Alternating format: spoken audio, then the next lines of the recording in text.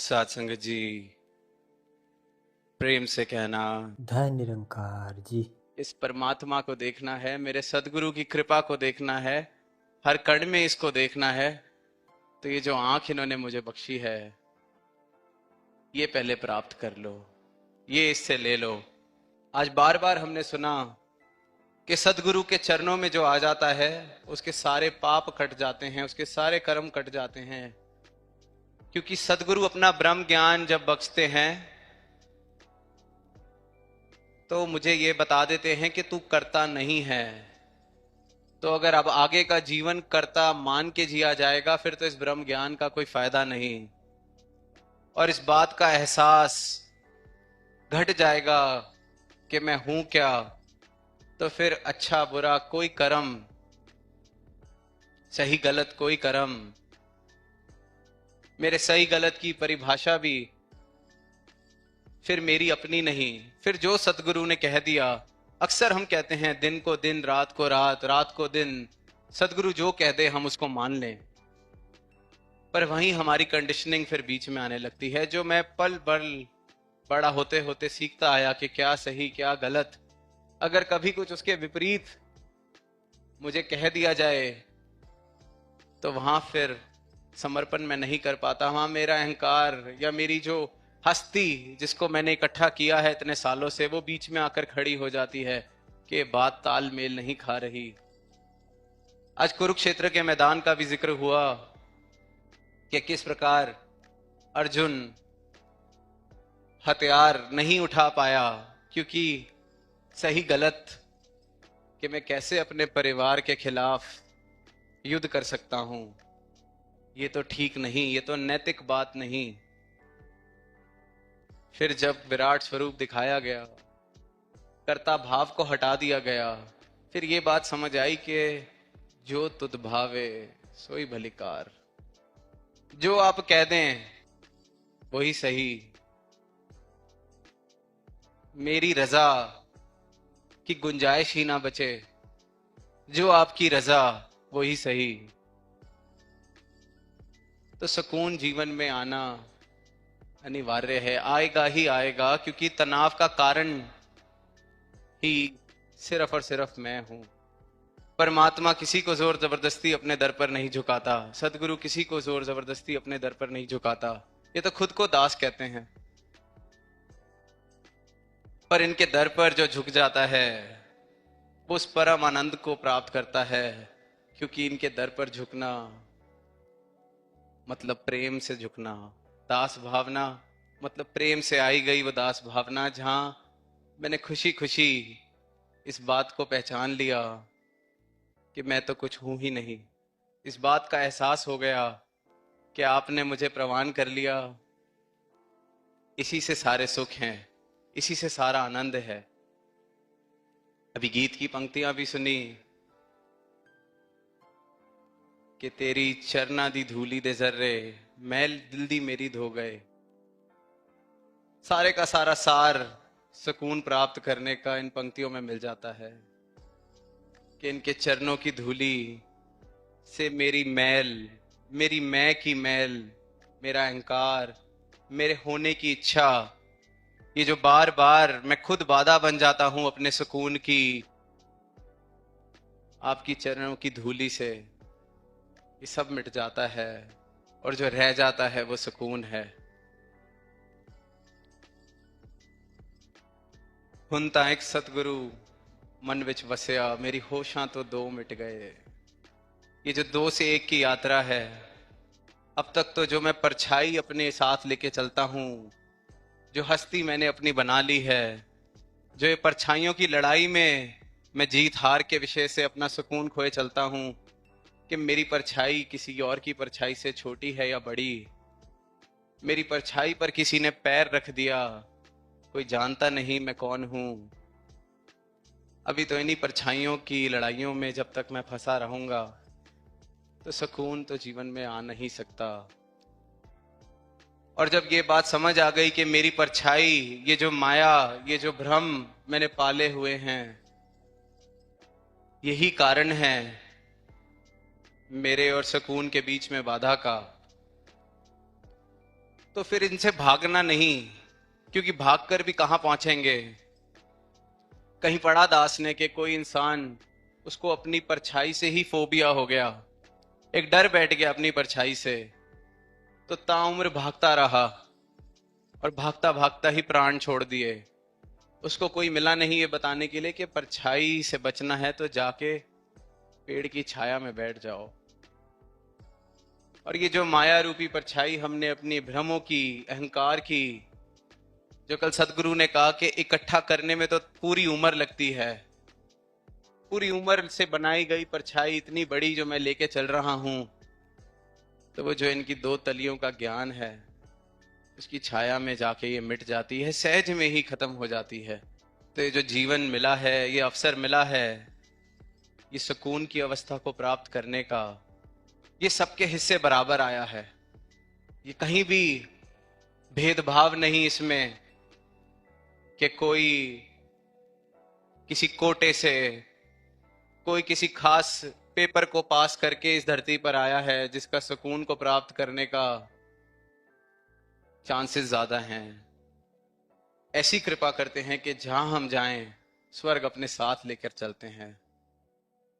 ऐसा आनंद, ऐसी अवस्था, क्योंकि इनकी शिक्षा, इनका ज्ञान, तो सदगुरु का ज्ञान जब जीवन में बस जाता है तो इस बात का एहसास जीवन में बस जाता है कि मैं हूं कौन, मैं हूं क्या, कि ये जो परमात्मा का अंश जो मैं हूं, मेरा असल रूप, मैं खुद को फिर ये आत्मा के रूप में इस सत्य के साथ एक मिक बिठाकर जानता हूं, तो जीवन को देखने का, जीवन को जीने का नजरिया ही बदल जाता है।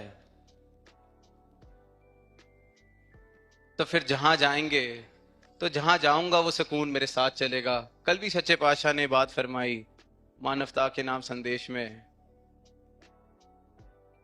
कि जिसके दिल में खुद ही तनाव, चिंता, रंजिश, वो चाहकर भी किसी को सुकून कैसे देगा। उसको स्वर्ग के दरवाजे पर भी छोड़ाया जाए, वो वहां भी नरक बना लेगा। कहीं पढ़ने को मिला कि ऐसे ही किसी आदमी ने अपनी जीवन की यात्रा पूरी करी, तो अब बैठे हैं, जैसे सुनते आए हैं कि स्वर्ग और नरक के दरवाजों पर हिसाब किताब चल रहा है कि कहां भेजा जाए। तो ताउम्र जीवन ऐसा जिया गया कि जाना तो नरक में ही बनता है। तो वहां जो अकाउंटेंट हैं वो कह रहे हैं आपका हिसाब किताब जोड़ लिया है, नरक में जाना पड़ेगा। तो आगे से जवाब देता है कि आप मुझे क्या नरक में भेजेंगे, मैं तो ताउम्र जितनी उम्र जी है नरक में ही रहा हूं, जहां गया हूं नरक ही बनाया है। सारे ऐसे काम किए हैं जो नहीं करने चाहिए थे, सारी खुशियों से हाथ धो के बैठा हूं, आप मुझे नरक में क्या भेजेंगे, नरक तो मेरे साथ चलता आया है।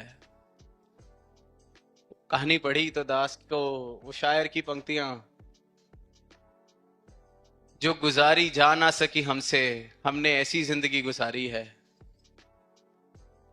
कि ऐसा जीवन काटते गए जिसको एक उत्सव की तरह जिया जा सकता है, सेलिब्रेशन की तरह जिया जा सकता है, उसको सजा की तरह काटा गया।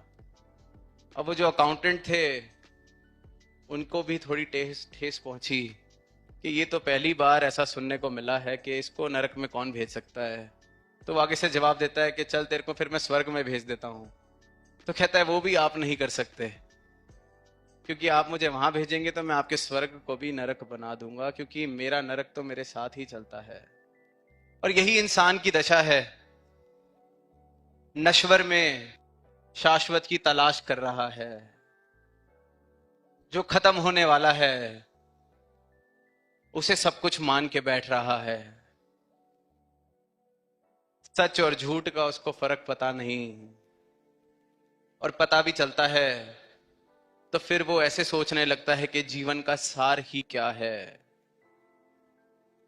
ये जो सवाल है कि जीवन का सार ही क्या है, बड़े बड़े फिलोसोफर्स, बड़े बड़े दार्शनिकों ने बड़े बड़े उल्लेख कर दिए इस बात को सिद्ध करने के लिए कि इस जीवन का कोई सार नहीं, ये जीवन जीने योग्य नहीं, ये तो बस तुम्हें फेंक दिया गया है इस धरती पर, अब काट लो जैसे उम्र काटनी है।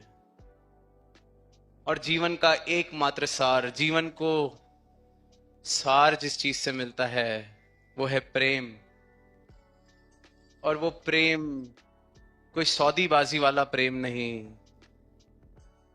वो प्रेम नहीं जिसे दुनिया प्रेम समझती है। वो प्रेम जो सदगुरु कह रहे हैं कि हम बन सकते हैं, कर नहीं सकते, बन सकते हैं। ये हमारा स्वभाव है। इस परमात्मा को प्राप्त करके, हर एक कण कण में इस परमात्मा के दर्शन करके, जो प्रेम, जिस तरह से परमात्मा ने तुम्हें प्रेम की छवि बनाकर भेजा है, अपनी उस अवस्था को प्राप्त करके खुद प्रेम बन सकते हो। और जब वो प्रेम जीवन में आता है तो जीवन में सिर्फ और सिर्फ सार ही दिखता है। वो अक्सर जो बात बचपन से सुनते आए हैं, जब परमात्मा के विषय में कहा जाता है कि गूंगे का गुड़, कैसे बताए गूंगा कि क्या है भक्ति का आनंद, कैसे बताए भक्त कि क्या आनंद मुझे मिलता है इस भक्ति से। कैसे किसी को अपने दिल के भाव वो बताए कि क्या आनंद मुझे मिलता है जब सदगुरु के दर्शन होते हैं, क्या आनंद मुझे मिलता है जब इनकी एक झलक भी प्राप्त हो जाती है। अब उस नजारे को देखने के लिए तो वो भक्त वाली आंख, और वो भक्त वाली आंख भी फिर देने वाला ये सतगुरु, अपने भाव रखने का, गीत गाने का, कविता पढ़ने का। तो महापुरुषों ने उसके बाद कहना कि आज तो आपने कमाल कर दिया, दिल को छू लिया आपके वचनों ने, निरंकार के साथ लिव जुड़ गई आपका गीत सुन के। तो अंदर जो उछल कूद मचती है, खुशी मचती है, बहुत ही अच्छी लगती है। और फिर हम सब क्योंकि संगत जाते हैं, महापुरुष हैं, हमारी वोकैबुलरी एक हमारा जवाब है कि सब इनकी कृपा, ये करवाने वाले, इन्होंने गवा दिया, इन्होंने बुलवा दिया। पर अगली बार जब फिर उससे भी बेहतर बोला और नीचे उतर के किसी ने नहीं कहा कि आपके वचन सुन के आनंद आया, तो मैं कहीं ना कहीं ढूंढने लगता हूं कि कोई तो मिल जाए, थोड़ा सा तो कह दे कि आज भी बहुत अच्छा बोले, ताकि मैं आगे से ये जवाब तो दे सकूं कि इन्होंने बुलवा दिया, इन्होंने कहलवा दिया, इन्होंने गवा दिया। तो ये जो जवाब ये वाला देने की आतुरता कि मैं सदगुरु का नाम ले दूं, मेरी कोई तारीफ हो, तो ये भी मन का खेल, ये भी अहंकार का खेल, जिससे कई बार हम इन छोटी छोटी चीजों की वजह से अपना सुकून गवा बैठते हैं कि आज किसी ने कुछ कहा नहीं, आज कोई कमी रह गई। ऐसे छोटे छोटे खेल इंसान खेलता जा रहा है, और जब समझ आएगा कि इस प्रशंसा की कोई कीमत नहीं, मैं करता हूं ही नहीं। और दुनियादारी में भी देखते हैं तो प्रशंसा का कोई मूल्य नहीं। ऐसे ही किसी रैली से वापस आकर एक लीडर ने अपने करीबी दोस्त को बड़ी नाराजगी जाहिर की कि आज मजा नहीं आया रैली में जाकर। वो कहते क्यों? कहते आज बहुत कम हार डाले गए। कहते नहीं नहीं, 10-12 हार आपके गले में डाले, मैंने खुद देखा है। कहता है 20 आदमियों को तो हार खरीद के मैंने दिए थे गले में डालने के लिए, उसमें से भी 10-12 ने ही गले में हार डाले, तो मजा नहीं आया।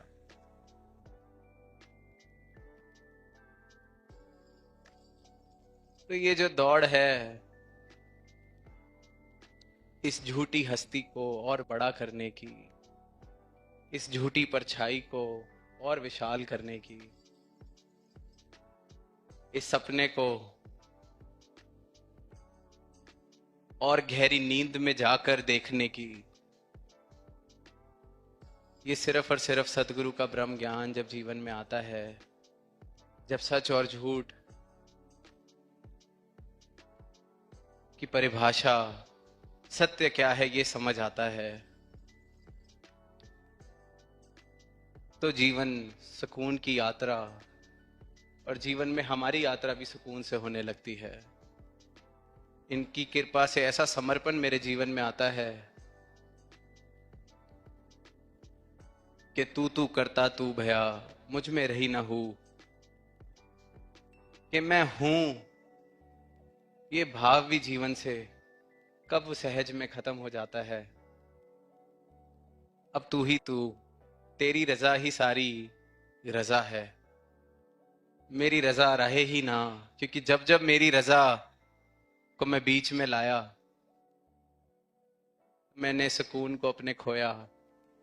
जो आपने मुझे देकर ही भेजा है इस धरती पर, मुझे वापस लौटाया। जिसको मैं खो बैठा था, मैं उसको फिर खो बैठता हूं जब अपनी मैं के साथ अपने आप को जोड़ने लगता हूं। इसलिए बार बार कहा जाता है कि भक्ति का फल भक्ति। ये भक्ति किसी साधन की तरह नहीं की जानी चाहिए कि किसी लक्ष्य को प्राप्त करना है इसलिए भक्ति की जा रही है, कोई धन संपत्ति प्राप्त करनी है इसलिए भक्ति की जा रही है। भक्ति का एकमात्र फल है, वो भक्ति खुद है। भक्ति खुद ही गंतव्य है, भक्ति कोई साधन नहीं।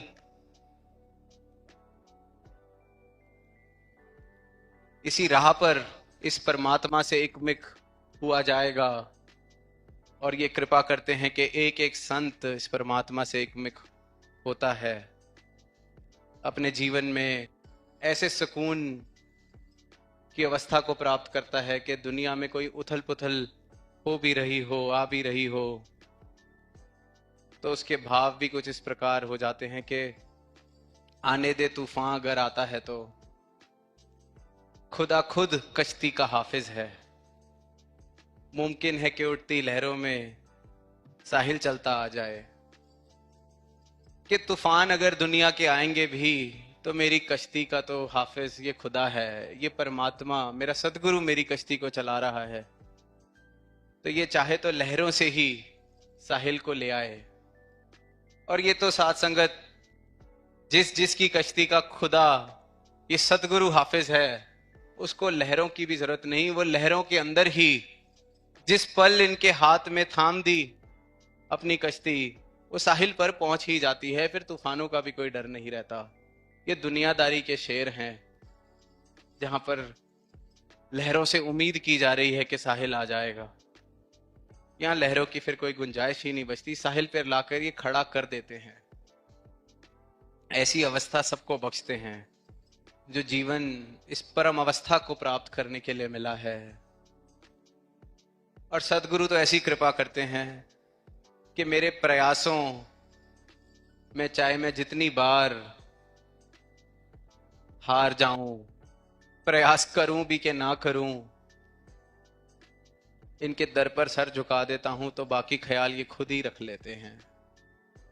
पर जहां ये जीवन की यात्रा करनी है, जहां जीवन की परिस्थितियों से गुजरना है, वहां खुद का समर्पण अगर पूर्ण रूप से कर पाएंगे तो अवश्य ये जो जीवन मिला है